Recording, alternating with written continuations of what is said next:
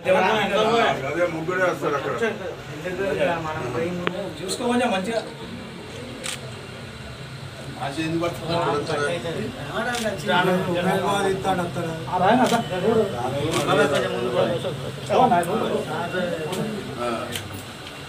కొంచెం వెడల్పుండాలి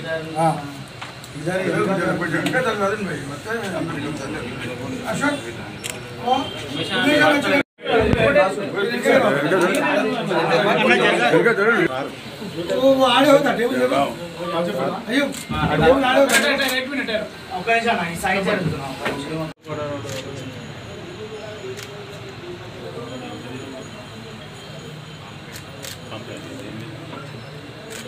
अबकर भाई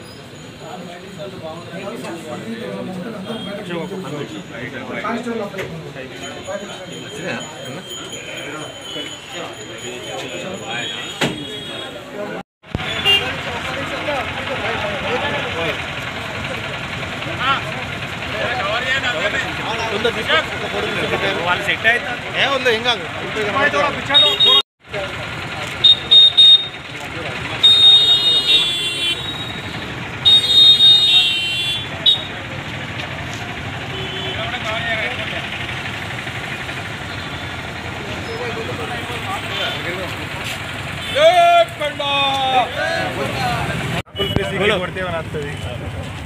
మొన్నటికి మొన్న రాష్ట్ర మంత్రివర్యులు వరంగల్ తూర్పు శాసనసభ్యులు కొండా సురేఖ గారిపై బీఆర్ఎస్ నాయకులు ఒక నీచమైన ఏమైన పనికి పూనుకొని ట్రోల్ చేయడం జరిగింది.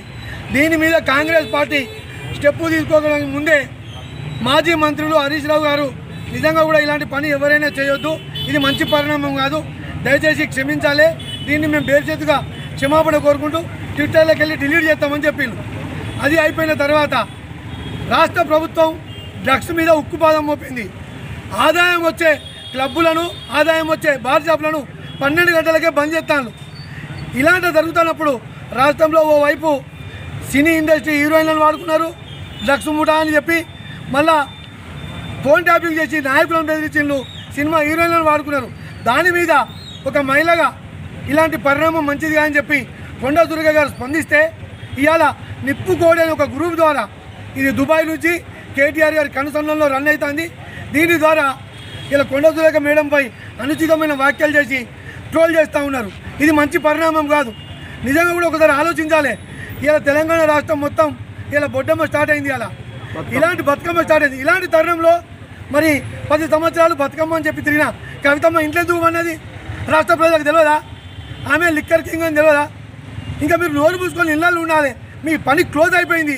ఇలాంటి తరుణంలో అధికారంలో ఉన్న మంత్రులపైన మహిళలను కూడా చూడకుండా వాళ్ళ కుటుంబ సభ్యుల మీద ట్రోల్ చేయడం మంచి పద్ధతి కాదు. ఇది పురుష మంత్రులైనా, పురుష నాయకులైనా, మహిళా నాయకులైనా వాళ్ళ కుటుంబాల మీద వాడడం మంచి పద్ధతి కాదు. ఈ నిప్పుకోడి గ్రూపు యాజమాని ఎవరైనా కూడా వాడిని కఠినంగా శిక్షించాలని చెప్పి వరంగల్ తూర్పు కాంగ్రెస్ పక్షాన అన్ని పోలీస్ స్టేషన్లలో కేసు నమోదు చేయడం జరిగింది. ఇది మంచి పరిణామం కాదు. బేషరతుగా క్షమాపణ కాదు, వాళ్ళని అరెస్టు చేసి మున్ముందు ఎవరు కూడా ఇలాంటి చర్యలు పాల్పడకుండా ఉండాలని చెప్పి కాంగ్రెస్ పార్టీ వరంగల్ తూర్పు నియోజకవర్గం నుంచి అందరం కార్యకర్తలు, నాయకులను డిమాండ్ చేయడం జరుగుతుంది.